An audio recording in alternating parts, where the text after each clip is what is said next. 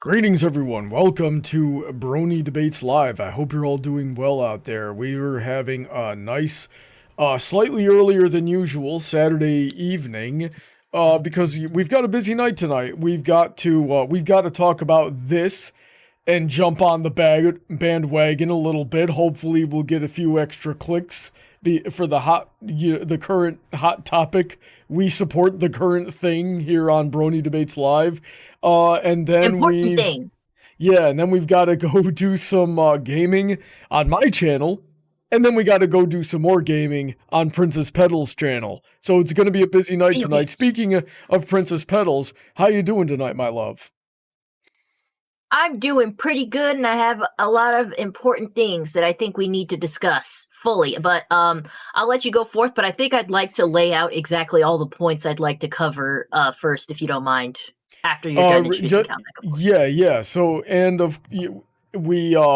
since we're talking about Twitchcon, which happened last week, and full disclaimer, none of us went, but we all have convention experience to various degrees here, and we wanted to talk about what exactly happened and how it could have been better, or how it could have been prevented, and just generally rant and vent about how freaking stupid it is. This is not going to be much of a debate tonight, but we got the only other guy. I know a good few people that work in conventions, but the only one who was able to make it tonight was our good friend Calbeck. Welcome back to the show, sir. How are you doing tonight?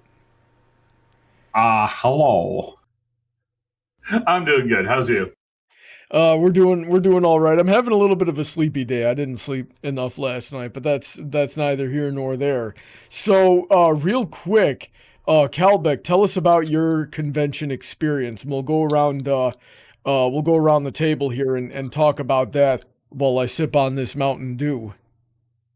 Well, actually goes way back, all the way almost to the 70s, where I used to go around to various sci-fi conventions, gaming conventions. I've been to Worldcon a couple times. I've been to Gen Con several times, including Gen Con 25. Still got the memorial dice for that, like the 20-sider for Gen Con 25, which is still pretty cool. But then later on into the 90s, I was doing things like running my own convention for a little while for a couple of outings called ZonyCon. That was a furry con, also kind of a chaos con. We sort of wanted to put together anything that we thought people might enjoy, including a machine gun shoot, which was we would go out to the range and people could run what they brung, and a couple of the staffers had their own legally owned MGs, including a Maxim from World War I. So so range safety and all that, and people had blast, including people who previously hated guns.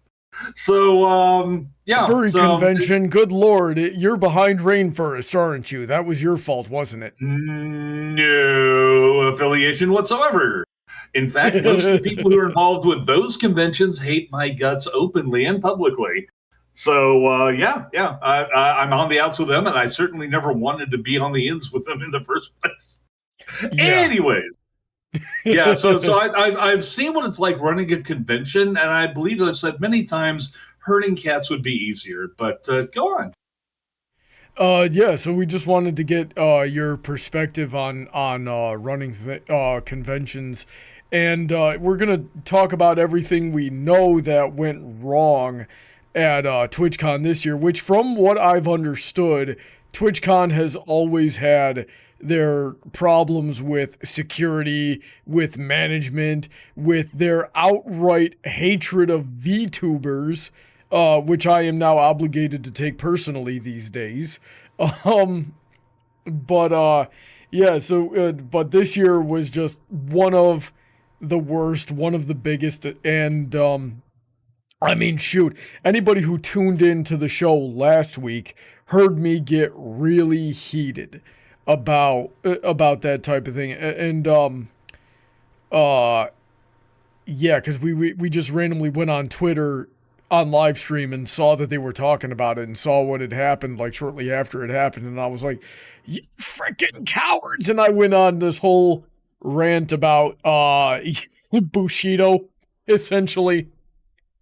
And but yeah, so Petals, tell us, this was kind of your idea tonight of sort of jumping on the bandwagon here, while it's a hot topic, and B, you did have some like legitimate concerns for yourself and for others. So why don't you go over those points that you were talking about a minute ago?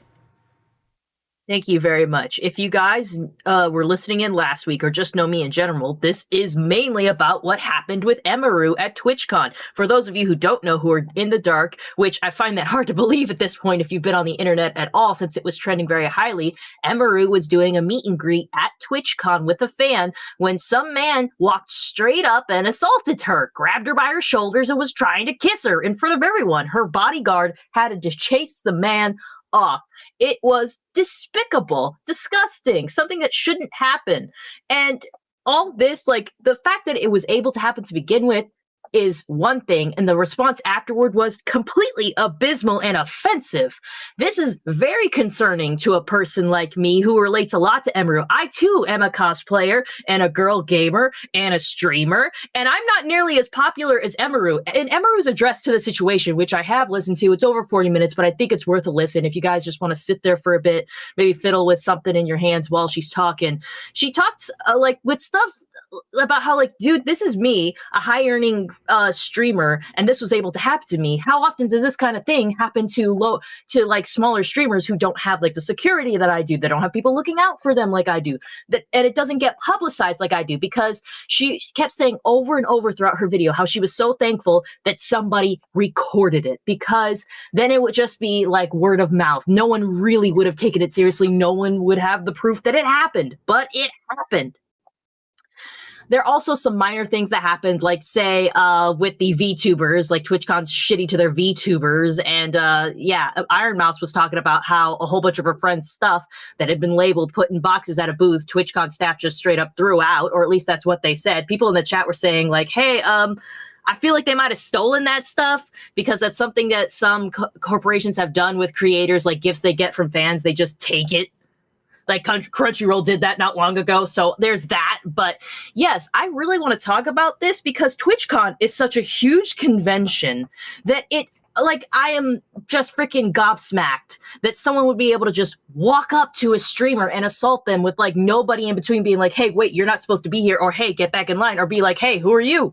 Like, with no one doing anything. And afterwards, Emerald was really pissed off and said some of the Twitch security even laughed about it, like, oh, haha, I didn't see it. I didn't see that happen. That's stupid. Like, what the fuck? Like, so the fact that it happened was shitty enough as it was, and then a response to it was just so freaking like, oops, the 30-day ban for that guy. Freaking Emeru's manager had a complaint about it, so the guy got a permaban, and now, like, of course, charges are being pressed. I hope that they do actually know who this guy is. But yeah, like, so you're seeing me lay it out. I myself have dealt with a lot of harassment throughout my life. I've been a girl gamer since like forever.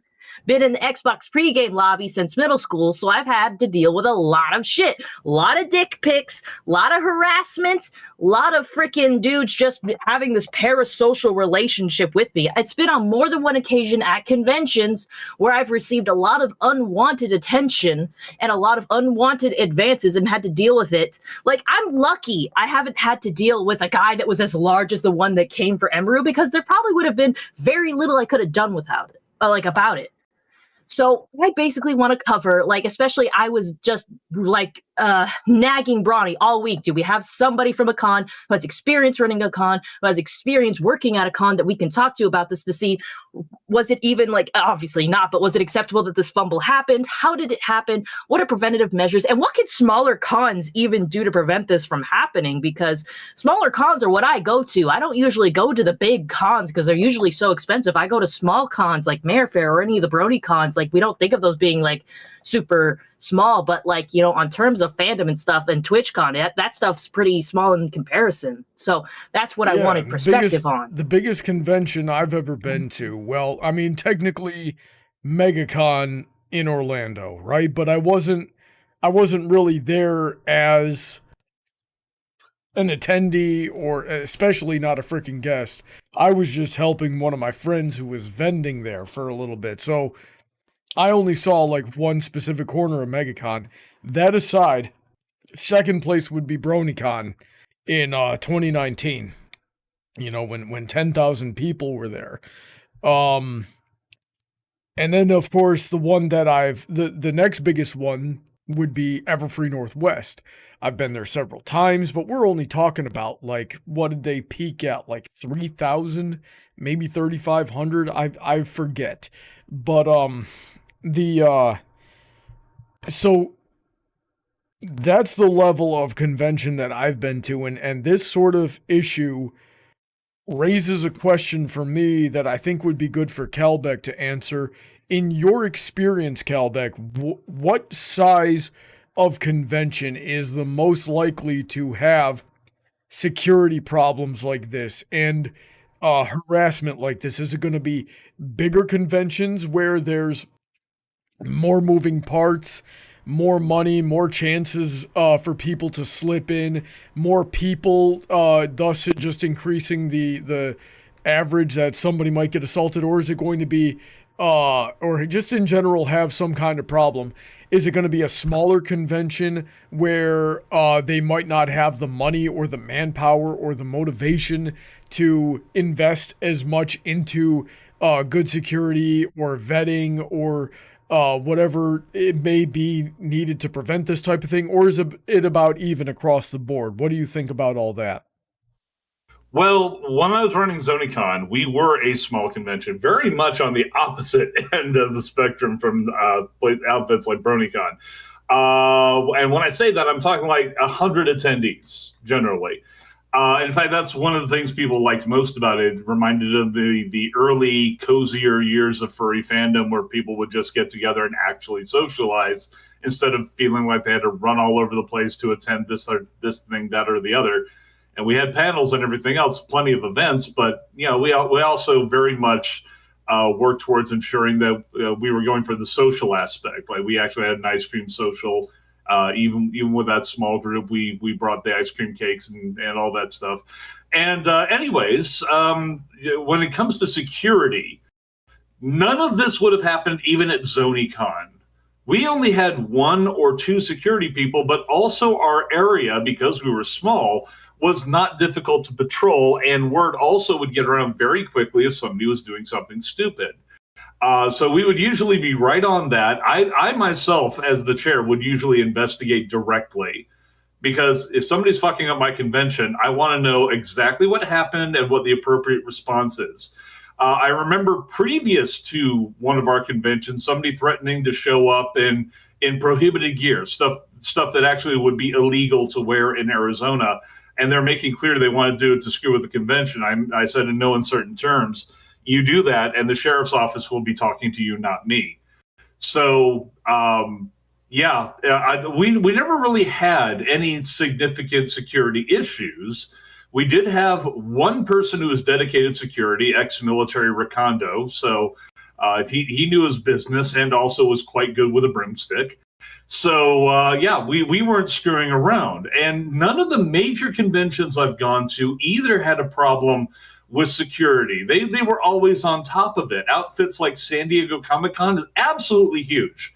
Now, I haven't been there since like the early 2000s when it started going more corporate and kind of edging out the small press artists and the people who were there mostly to socialize, because they wanted it to be more about being a trade show. But even back then, if somebody had been doing something, I could actually say something involving myself. I was in the lounge area having an animated discussion with somebody, and my voice tends to normally get loud because I was in tanks, and I have a little bit of trouble hearing sometimes. So my voice keeps going up and up, and at one point, June Foray, yes, that June Foray comes over and compliments me on my points of view, but could I keep it down a little? I was just extremely apologetic. And I should say that was more or less self-regulated. She wasn't exactly on security staff, but nobody had to bring it to security. Nobody had to say this is an incident. People were generally just more well-behaved, I suppose, is what I'm trying to get at, and people usually regulated themselves. Now we've got this business where you've got somebody at a major. I mean, TwitchCon is not a super small convention, as I understand it, even though this year apparently they had really small numbers. I have heard that attendance was down quite a bit, but I don't know what that compares to, and I don't know what that number was. I never cared about TwitchCon. Okay, well, here's the thing with that. If they were expecting more people and they wound up with less, it should have been easier to police the convention for problem children. And you don't want problem children at your convention because, one, they drive away the people who are paying to come to your convention. Never mind what they do on Twitch or not. I mean, you want the convention itself to pay for itself, unless you're an idiot or you don't care about, what you're spending. And I kind of think that may be the problem with TwitchCon, that the guy who runs it sort of runs Twitch itself as his personal domain. He's not so much interested in making money. And everything I've seen about the guy is, if he hadn't treated Twitch, he probably would have done an OnlyFans knockoff. Because he is whenever he has shown stuff on his phone on Twitch, it is always cam girl stuff. Always, always, always. He seems like a horn dog. And the way he lets people behave at his conventions indicates that, yeah, that's why. People like Hassan, who are abusive, he may see as being masculine. Things like that. So he's impressed. He's extremely impressed with Hassan, which either means he doesn't listen to any of Hassan's stuff, or he's just really into the image that Hassan projects. Hassan Piker, of course, who himself is also abusive. So he's the owner of Twitch seems to have no problem with abusive people using his platform to be abusive, including in criminal fashion. And I think that's why we're seeing that behavior reflected at TwitchCon. So you think it's more of the owner of the convention needs to care about the security more so than it relates to the size of the convention? Absolutely, because the thing is, you almost always know what your attendance is going to be before the convention, even if it's just weeks before, because you get your pre-orders in. You get people who are reserving hotel rooms in the block that you've paid for at the hotel. So you have a good ballpark figure at least of how many people are going to show up. So you should have a good idea for how much security you want. But it's not just the size of the security staff in this case. We're seeing that. I mean, as Petal just said, we had incidents where the security staff was right there and they were cheering it.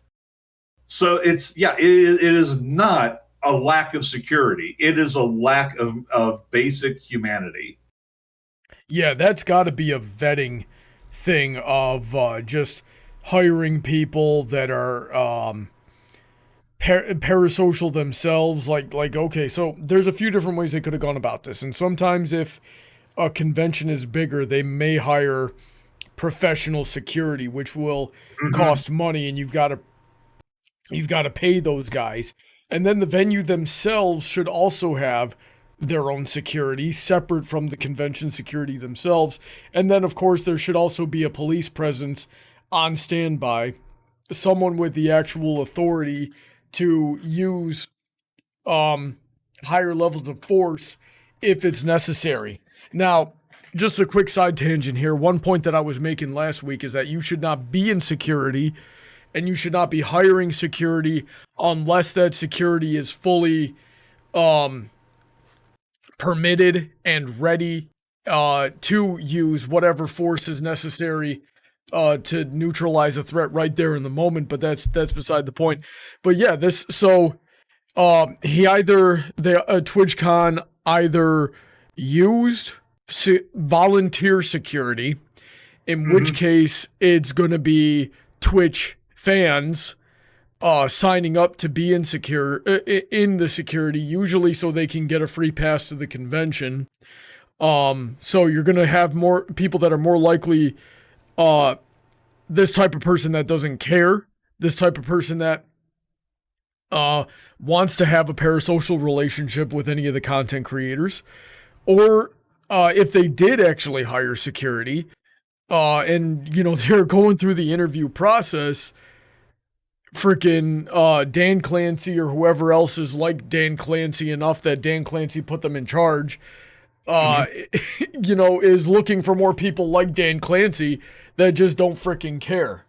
Because certainly I kind of got a comment on something that you hit on right there. Go ahead. The other thing is not just handing out like comp staff positions. It's stupid to give that to somebody who's in security, but it's very common, especially with smaller conventions or ones trying to save money, that the convention chair will bring on board for security somebody that they know. Like I knew a guy named Tony Newell. That's the guy I was talking about before. He's quite capable. He was no nonsense. And when he was on the job, he would do his job. No problems. So, but I knew him for that. Now, if you've got Dan Clancy over there basically saying, oh, I know a guy who knows a guy, we'll just get him to do it for free. Then yeah, you're probably talking about somebody in the same exact kind of social circles with the same sort of predilections who's actually entertained by this kind of thing going on and will really only step in when it's something that he cares about. Yeah, that also happens. It's terrible. No. It's worse than that. It's amateur. It's amateur night. And I ran a small convention. I shouldn't be able to say that about TwitchCon. Yeah, and here's a theory that I had. Well, I had it during the stream last week, but I never got a chance to vocalize it. But I'll vocalize it now. It's another theory that I had is that Twitch makes a lot of their money off of the business model that perpetuates parasocial relationships and attracts that type of degenerate loser on their platform that would do something like this, that would, you know, I donated $1,000 to Emaru, so hopefully she'll notice me and be my girlfriend and things like that, and then you know, get so deluded in their head and have no life outside of giving Emaru money on Twitch that they go to the freaking Twitch convention and think they can just walk up and try to kiss her, right? That takes a special kind of mental derangement and delusion and freaking maybe even schizophrenia, but that type of person is what gives Twitch a lot of their money.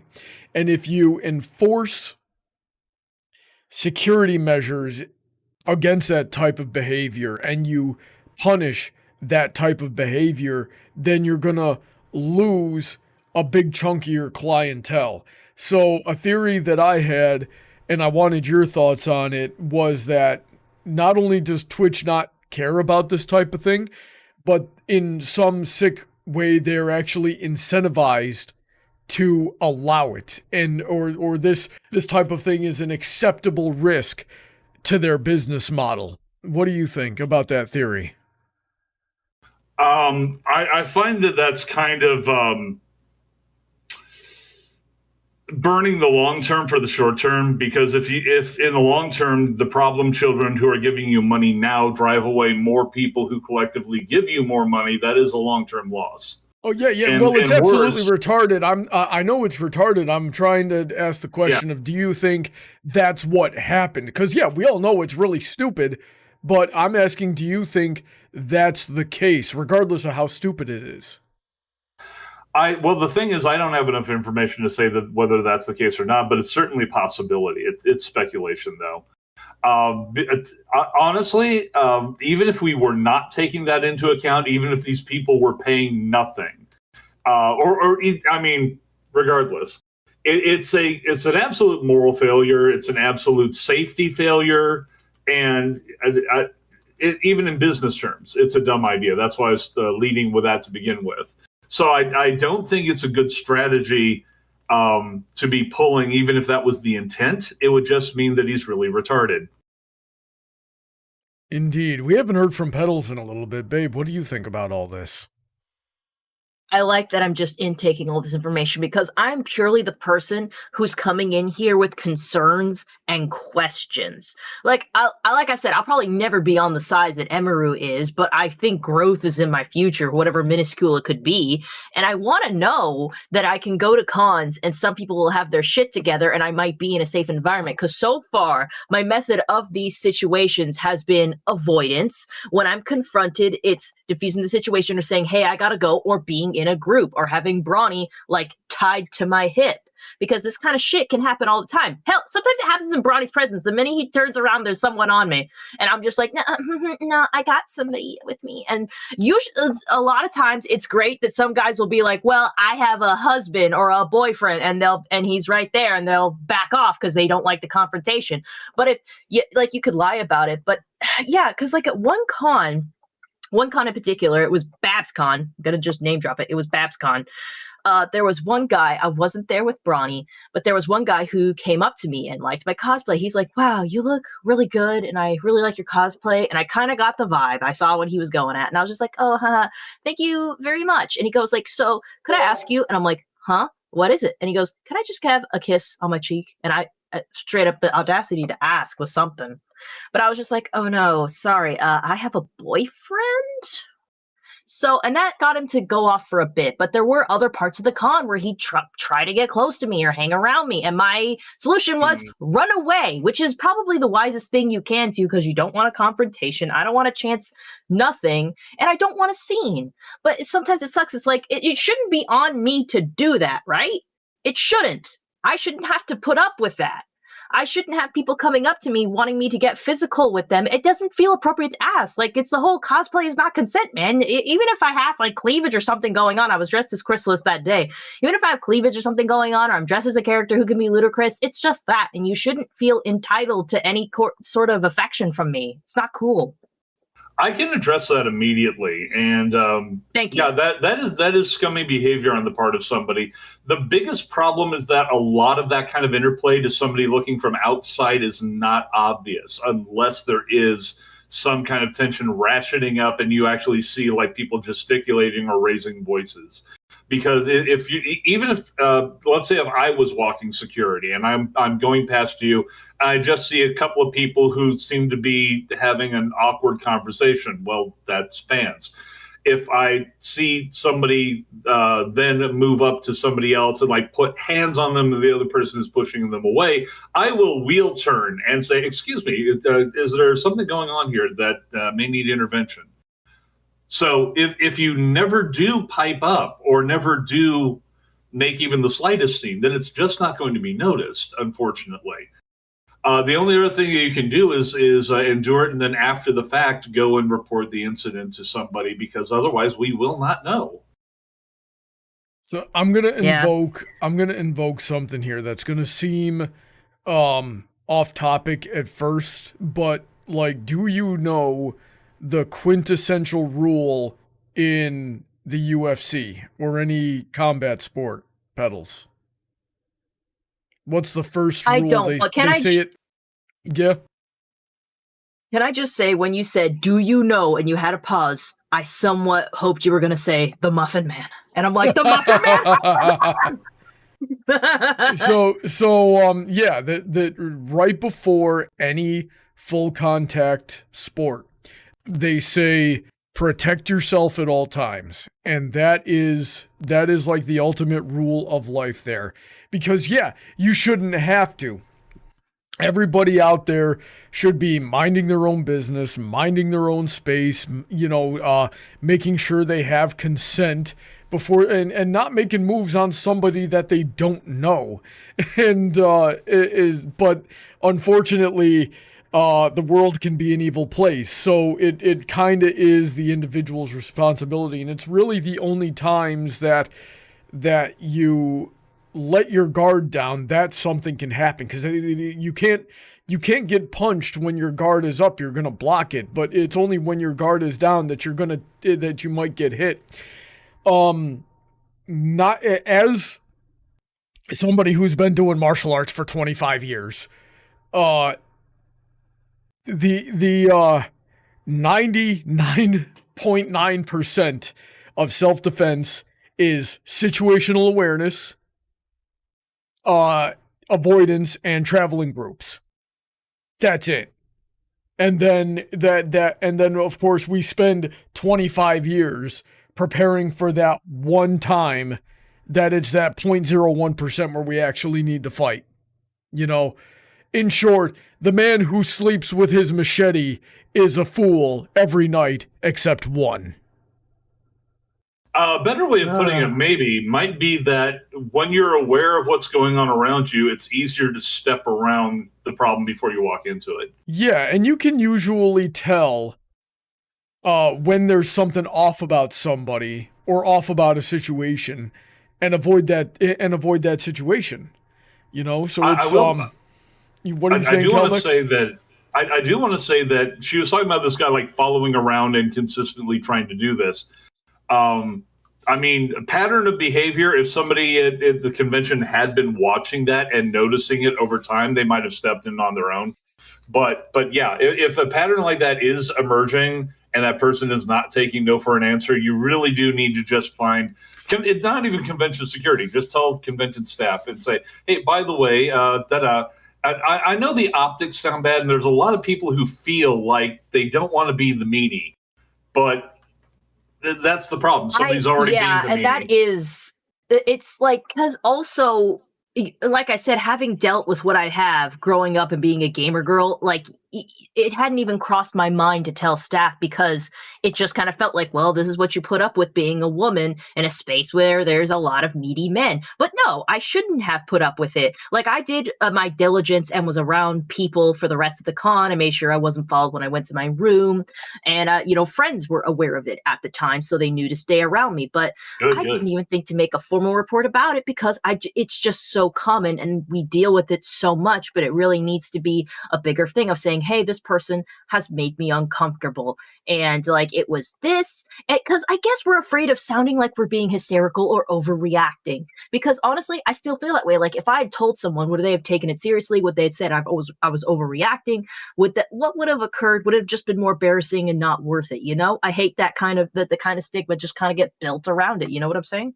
Well, and it's not entirely your fault, Petals, because sometimes it is nothing, and sometimes the person, whoever it is making a big deal out of it, and sometimes it is something, but because other people made a big deal out of it when it was nothing, now people, who are too lazy to take it case by case and do their and security's due diligence to do their job, they ignore something that turns out to be important, and it's really just a coin toss on a case-by-case situation. So really, people like you should be aware of, like, is this a big deal? In this case, yes, it was a big deal. We should have told him, because that guy went on to cause other problems for other people at that same convention. This is a different guy. Oh, it is? This was a different guy. Yeah, so at VentureCon, I got harassed twice. Spoiler alert. Yeah. And then, like I said, this was a convention without you. Then there was the BabsCon I went to with you, where I was harassed even more. Yeah, so I'll finish up real quick, Calbeck. So it's up to you to recognize when a situation actually is bad to the best of your ability and report it when it is, or ignore it when it's not. And it's up to security to do their due diligence if there is a problem. And it's up to just people in general to be in control of themselves and recognize right from wrong and follow that. Go ahead, Calbeck.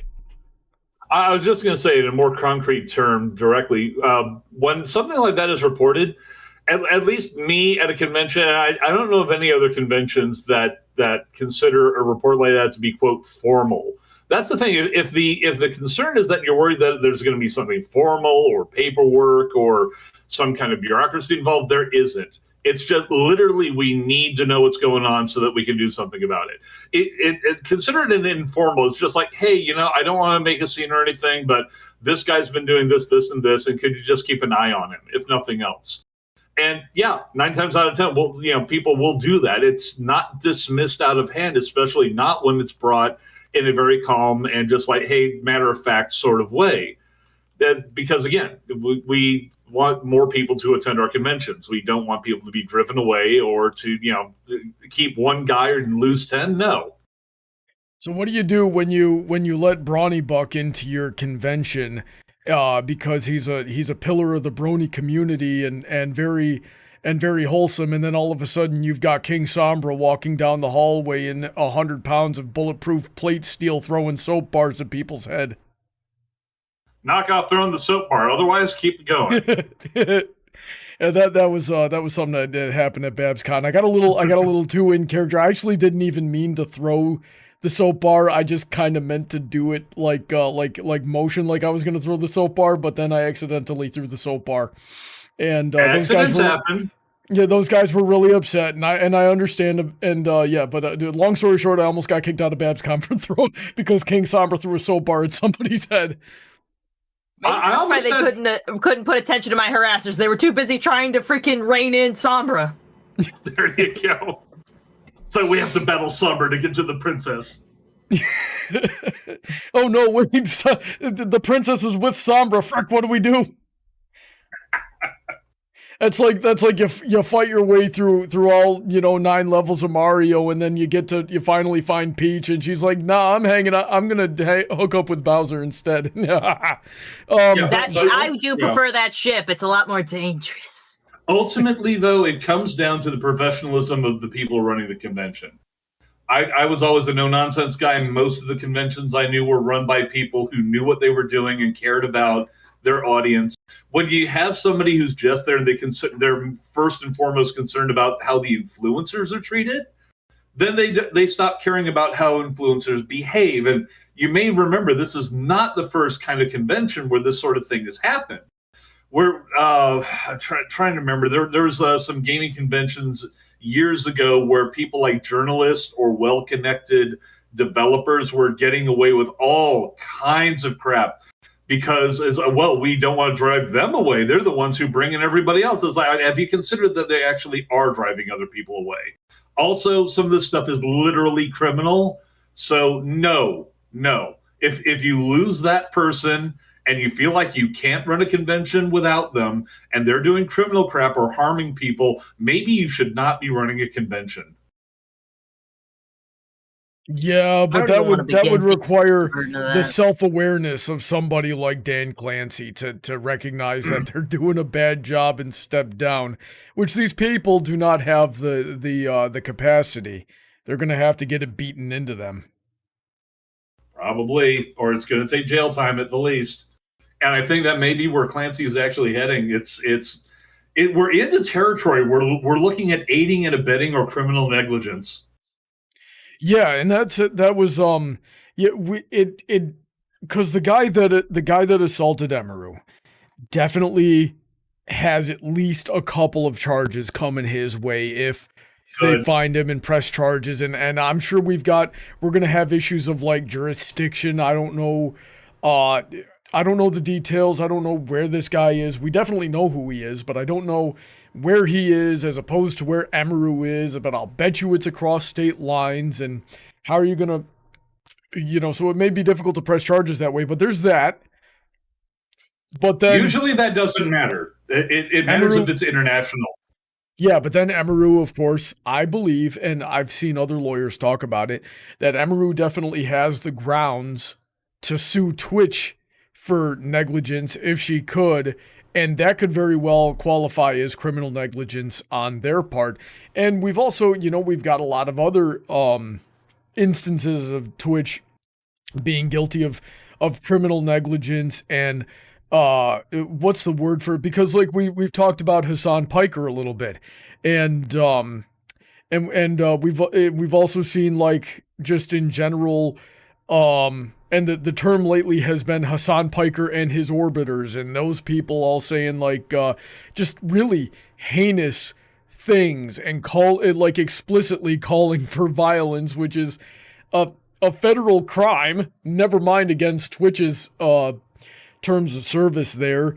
And then bad things actually happen, and they're usually because of these guys, but nothing happens to these guys. Dan Clancy is supposed to testify and talk about all of this stuff and try to justify himself to Congress, and he keeps ducking his appointment with Congress. So, what are the odds that a lawsuit like that would go through or lead to a criminal conviction? Well, that's the thing. I actually did want to discuss the legal side of it. A lawsuit is civil law. It's not criminal law. It can sometimes produce the evidence necessary to pursue criminal charges afterwards. That we saw that that was kind of in reverse with O.J. Simpson. There was a criminal case, and then that produced enough evidence for the civil case. But in this instance, what we're really looking at here, especially with somebody like Hassan Piker, it's a very, very high bar regarding incitement, and the Supreme Court's been holding for many years that the incitement has to be imminent, like you're in the street pointing at a guy and screaming, "Kill him." Which, by the way, there's lots of Antifa protesters that would apply to. With somebody who's doing broadcasting and whatnot, the bar is very high, and he's been exploiting the hell out of that.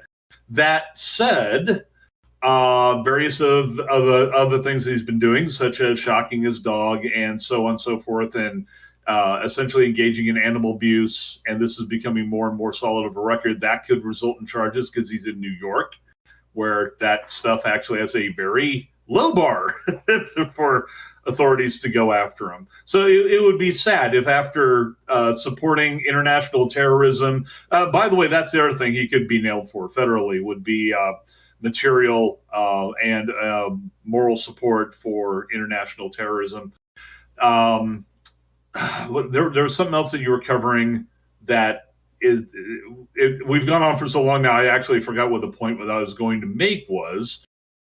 But I mean, all the rest of this stuff we've covered just now. In other words, it's not going to be the stuff that we want him to get nailed for, unless maybe the FBI actually does get involved regarding his support for Hezbollah, hijacking of ships on the high seas, actually propagandizing on behalf of such groups by claiming, "Oh, this is a music video," and then showing, the hordes of people chanting for the death of Jews, things like that. It's the sort of thing where if you saw somebody from the Ku Klux Klan trying to show or somebody who's supportive of them trying to show videos of crosses being burned and black people being lynched and saying, "Oh, they're just throwing a piñata party," is like, what the hell?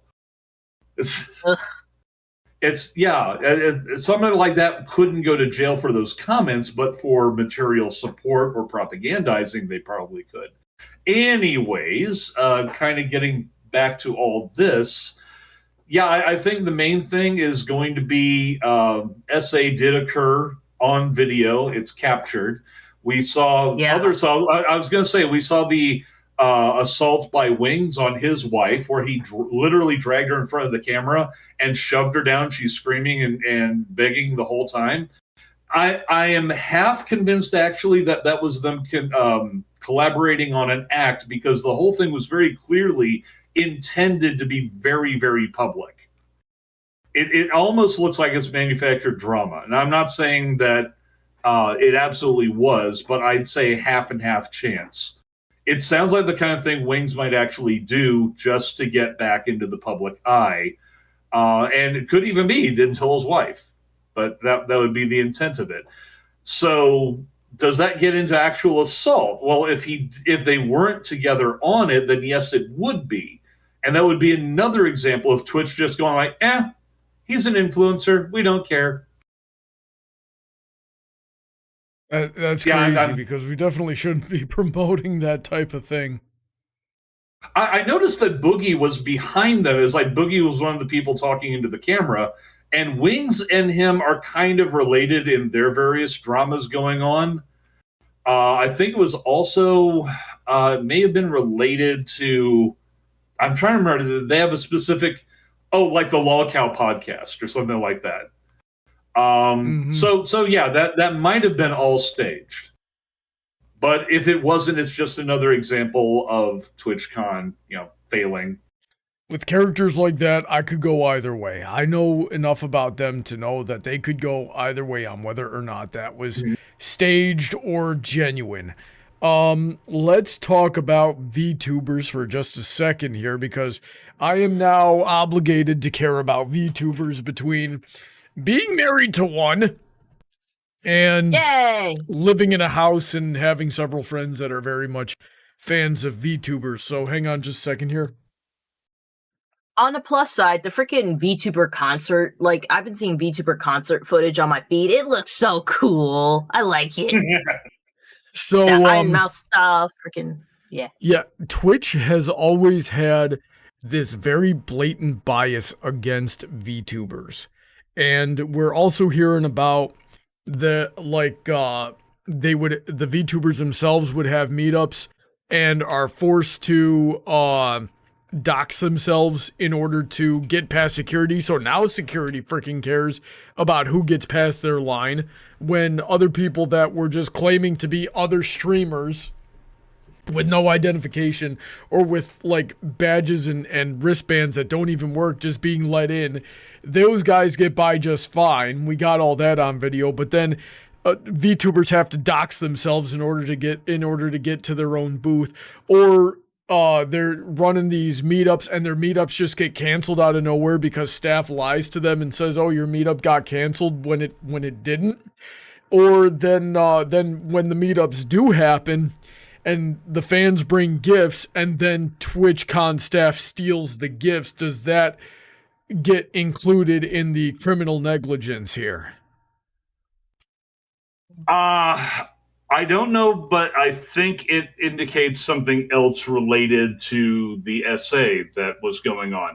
Like I said, from what I can tell, I was going to say Tom Clancy, got it. Dan Clancy seems to be a horn dog who runs a site by and for horn dogs, first and foremost. And none of what he's interested is anime or art related. He doesn't seem to have any interest. He wants live cam girls. So you have a lot of VTubers who are basically coming on to his platform and taking audience share as he sees it from people that he wants to get that audience share. They're getting bigger than the people that he likes. I could very easily see that as being he hates them because it's not the content he wants. And he might be mocking them, harassing them. He might even be setting up to actually use that doxed information to conduct a behind-the-scenes harassment campaign. Not necessarily to get them off of his platform, but to create even more drama. And then just milk the drama on the channels that he does like. That's a theory, a Twitch theory. Thanks for watching. we are getting kind of close there. So I do want to address one question in chat. Yeah. 7 equals 1 heart 6710 said, I wanted to ask, what cons or even specific venues? Some cons depend on just the right venue and given a city to do well. Do you recommend avoiding at all times, and which ones have remained consistently professional? Now that's a tough question, I find personally, and I think it's dependent highly on what you're looking for. Of course, my experience with conventions has purely been pony. There's been an anime convention here or there, but like I think it's mostly pony. I've been to BabsCon quite a few times, but as you've heard, I've dealt with quite a bit of harassment, and they're not the most professional, but they're defunct, so that doesn't even matter anymore. Everfree. I don't know about Everfree. I've enjoyed Mare Fair when I've gone, but I hear some people just don't like them and like to spread crap. The question of which conventions to avoid, and honestly, lately, it's been just about all of them. As far as I can tell, and I might be wrong, please feel free to correct me if I am, but the Florida conventions have had a slightly better track record, because they're bigger and they're investing money in good security and following. And everyone knows that people in Florida are packing and they aren't going to try shit. Right. Everfree Northwest, I haven't really seen any real problems with Everfree Northwest, which is crazy because they're in Portland. right? I've literally seen people like me get shot in the back of the head for no reason, for simply existing in Portland. And Everfree Northwest has been fine, but like we've been to BabsCon, which is technically San Francisco, but not really. Where was BabsCon? BabsCon was in San Francisco, dude, or just outside of it. Okay, yeah, just outside of San Francisco, but like San Francisco is a hellhole and has been for a long time. The original Brony cons were in New York, which is a hellhole and has been for a long time. Then they moved to Baltimore, which has been a hellhole for a long time and gotten significant. Like the last time I was in Baltimore was for BronyCon 2019. Some dude just pulls a gun on me completely randomly, or he didn't pull it, he flashed it at me, right? And I'm like, cool, I got one too. And there's like shootouts going on like less than a block away from the convention center. Guys, Baltimore has gotten 10 times worse since 2019. Stay the frick away from these. Stay the frick away from these cities. So I guess and God, I hate it. I hate it that I have to like say this as explicitly as I have to say it, but I just can't deny the objective reality anymore. Don't go to a convention in a city in a blue state. Just don't. Okay, I was gonna say it's really that simple right now. Like it is unfortunately that simple. If it is in a city in a blue state, it's a dangerous convention. I would avoid it. Somehow, Everfree Northwest is an exception. Everfree Northwest so far has been in a very nice side of town, and I have how many times have I been to Everfree Northwest? Like 8 times, never really seen any major problem. So even if there is a major problem at Everfree Northwest, they're very good at hiding it. But it's, it's on a very nice side of Seattle, Portland area. You pass through Portland to get there. So, yeah, that's what I would avoid. So that being said, and even like HarmonyCon. Now, I've never been to HarmonyCon, so I don't know, but that's Dallas, and Dallas is like Dallas and Austin these days are like the San Francisco of Texas, if you can imagine that. It's like everybody got sick of California and then brought California to Texas. And then turned that little section of Texas into California and made it just as bad as it was. So, here in Arizona, that's Tucson. So, yeah, Willyzin saying Minneapolis MLP MSP, we had 20 muggings. See, here's the weirdest thing. In my entire life growing up, I've heard from people on the left like, we hate guns because we don't want to have a Wild West America. I'm like, that's just your cities. That's the places you control where you have all the gun control. The places that don't are more laid back. It's not like we don't have gun crime, but yeah, you look at the murder charts and everything else. But I would have to say though, getting kind of back to the subject, is that's a commentary on the cities the conventions are held in. The conventions themselves are what we're getting at. So it's like, if the city itself is going to prevent you from attending anything there, then that's kind of, that's just a general rule. As far as conventions being run professionally and quality, I can't really speak to any of the ones that are out now because I haven't gone to a convention in a very long time. But I've heard a lot of good stuff. Usually, word of mouth tends to put it out there on the internet pretty quickly when you've got a problem convention. And not just from rumors, but people pointing out actual incidents and the response, like basically people finding out what happened at TwitchCon. We've heard about things happening at various other conventions where it's like, okay, avoid because these incidents happened and the response to it was not good. Basically, you just have to keep if you're interested in going to a convention, see how they've been run in the last few years and whether or not they've actually improved at all. If that's a concern, then you really need to just do your due diligence, check their record, and either avoid if they're habitually, crap, or if they've cleaned up their act, then give them a chance. There was another convention. I forget which one it was. I think it might have been Cider Fest. Oh, goodness gracious. I really don't want to... you know what? I'm going to retract that. I don't want to put a name to it because I don't remember exactly which one it was, and I don't want to be wrong on something this serious. But there was a Brony convention where, like I think 14 people got their catalytic converters stolen out of the parking lot while the convention was going on. Like a bunch of people, like 14 people woke up Saturday morning and their catalytic converters were gone out of the parking lot at the hotel. Oh my god. And yeah, God, that's a pretty big freaking deal. So I don't remember which convention that was, but that's well, shoot. I mean, the convention needs to bring that up with the security staff at the hotel. Like, where the heck is your security stopping people from coming in with an angle grinder and stealing 14 catalytic converters?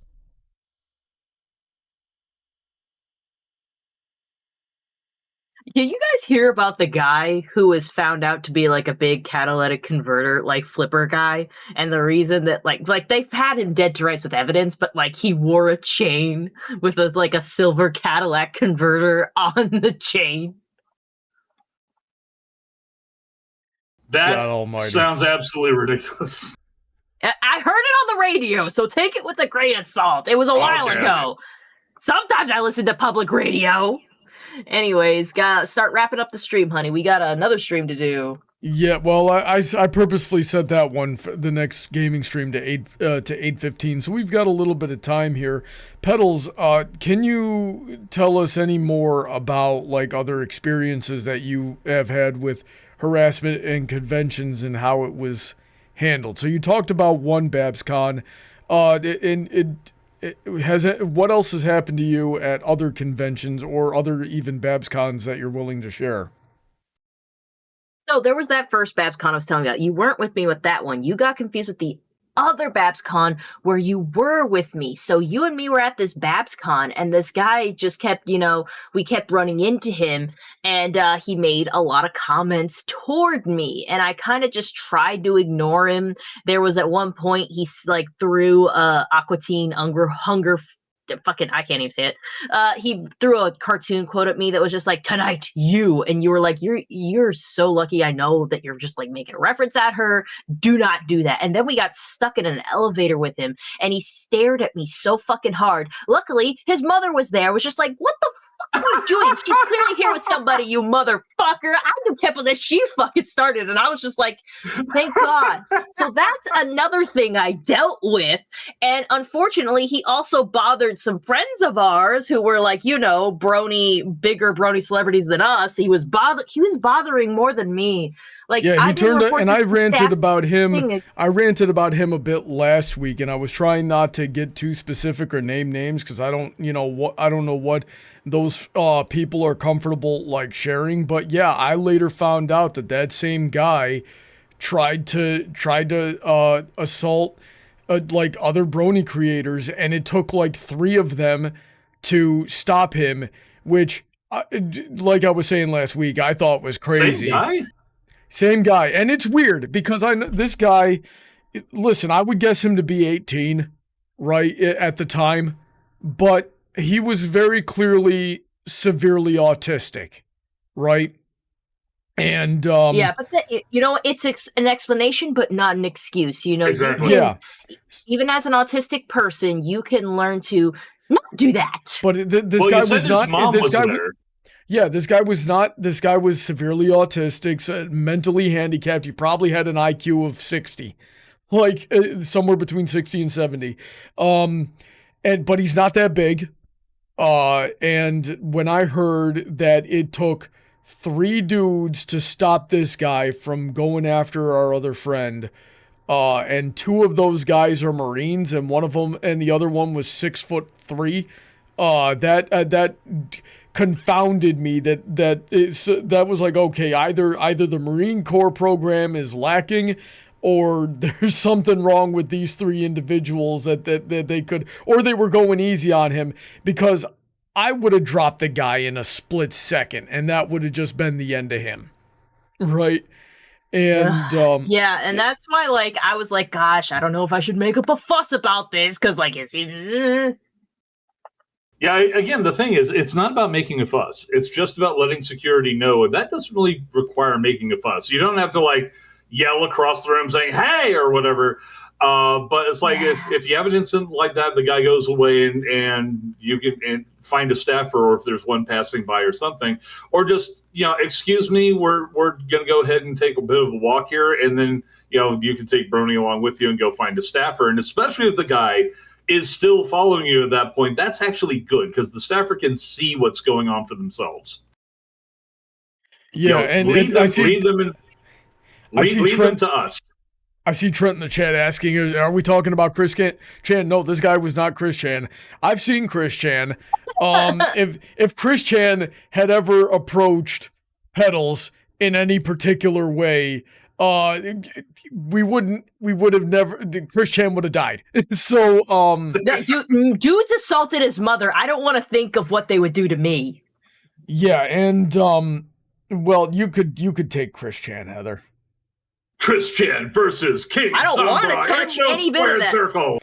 Yeah, you know what? I don't blame you. But no, that would have that would have been the end of Chris Chan right there. If he or anybody that I'm in charge of protecting, or any one of my friends, somebody doing something untoward.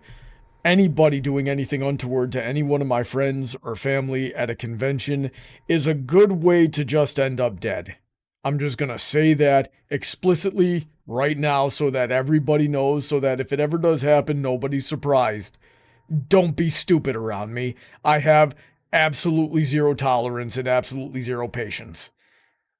I don't like fighting, and I don't like confrontation, so that if it becomes that means that if it becomes necessary, I'm going to end it as soon, as quickly, and as brutally as possible.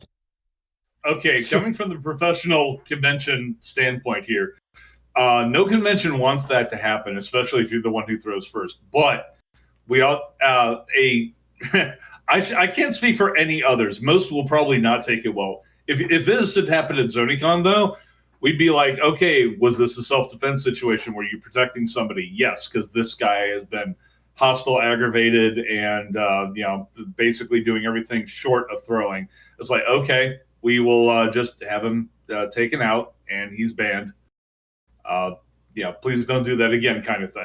But yeah, unfortunately, the convention doesn't ban want the people that did it, either, like how Twitchcon banned Emaru's bodyguards. Mm-hmm. That's another thing we didn't get to. Oh, wait, that's right. Yeah, oh my god, that pissed me off. Like, Calbeck, can you explain that? No, there's no excuse for it. If you want an explanation, it is literally that they don't want protection for people that they don't like. Or they're happy with the violence. They're happy with it happening to people they don't like. And that is, it's a sort of arrangement you would expect from like a mafia don having a party. It's like, hey, you insulted my mother 15 years ago. Hey, boys, take him out in the backyard and have him, beaten savagely, or some crap like that. It's no interest in running a decent convention. It's no interest in being professional, and it's certainly no interest in the law. It is literally just, we're going to punish you for doing the right and proper thing because we hate you. I see no other explanation for that. Yeah, it's got to be. That's why I had that theory of they don't want to show any kind of enforcement against their simps, because their simps are fundamental to their business model. Yeah, most likely that guy made a complaint. Oh, they laid hands on me. Oh, we got this. Yeah. So why did they lay hands on you? Didn't enter into the question, most likely. That's absolutely insane. And as for how it happened, right? Like, I can almost understand. Like, if you're security, you've got to be as vigilant as possible, especially if you're private security. But if somebody just walks up suddenly out of nowhere like they know what they're doing. And like Emiru had said herself, she didn't know who this guy was or what he was doing until it was too late. That can be easy to tell. So I can almost understand to a certain degree your private security seeing somebody just walk up like they're supposed to be there and not catching it right away. And that sucks. And unfortunately, there's nothing that could be done about that. What's inexcusable about it, though, is on the Twitch side of things, that guy walked through at least 3 layers of security before he got up on stage. And of course, and one of those lines of security being, somebody should have been at the stage checking badges. Or you see, that's what convinces me that it's not professional security, that it's folks who know folks. Because then it's people who are just going like, if we see a problem, we react to it. But they're not holding a perimeter. They're not checking things. Because that's what a professional does by habit. Somebody who doesn't have that habit is like, oh, okay, go ahead. Yeah, and I would imagine like the other security, like this goes down, the situation clears, and then we hear about the other security joking about it with each other. That's definitely not professional security, because professional security would have been, oh frick, we are all about to get fired. And some of us may even be facing a criminal negligence charge. Oh frick, what do we do? You know, that's what I would like to think would have happened with a professional security team. Well, yeah, because first of all, they have no investment in laughing at the victim. That's the other thing you have to bear in mind psychologically. Why would professional security laugh about it? Well, sometimes they'll laugh about it if the situation looks funny. Like some guy comes after somebody else, slips on a grease puddle and goes ask for kettle into somebody else's table. You know, that's funny regardless of who was harmed or what the purpose was. But if I mean, this is just straight up. There's nothing funny about this. They're doing that because they personally think it's funny, okay, or acceptable. And again, that smacks to me of these are people of Dan Clancy's mental caliber and his emotional and personal views, and that's why they're there. Alrighty then, I think that's a good place to start wrapping things up. I never got a chance to explicitly say it, but if anybody is interested out in the audience is interested in taking place in the conversation, we got a couple of minutes I can take here. You can jump into the Discord server linked at the top and come on and say your piece real quick, or you can leave a tip to just have a quick message right out that helps support the channel, and we're very grateful for that. But outside of that, unless anybody has something to say in while we're in the process of wrapping up here, we can start wrapping up. So Calbeck, did you learn anything tonight, and do you have any closing thoughts for us? Go ahead. I thought Petal actually presented quite a bit of information that I didn't previously have, and that really helped clarify the situation for me. But to me, when it comes to running a convention, I've said it many times before in this podcast, it's about being professional, caring about your guests, and taking care of people. If you're doing it to fawn over your favorite streamers or whoever, that's not a convention. That's a house party. Do it that way. Alrighty then. And Petals, what do you think? I'm glad we got to broach this topic because it's one that's very important to me and important, like, concerning people I care about or respect. So thank you, Brony, for letting us bring this conversation to Brony Debates here, because I haven't seen any Bronies talking about this. And we have conventions too, and we need to do our best. That's how it is. We had a whole peak viewership of 15, so 15 people got to hear us talk about this. We need to get those numbers up, people. Gosh darn it, get more people watching this. We're talking this about show. Up those numbers. Oh God, yeah. All right, we know what channel you like to watch. No, I don't blame you though. I've been listening to more Pegasus in the mornings as well. It's been funny. Well, hey, he's a fellow equine. Gotta follow him. Is he? Well, he's named Pegasus, isn't he? I guess so. I don't think that counts, but we'll see. But anyway, thanks everybody for tuning in.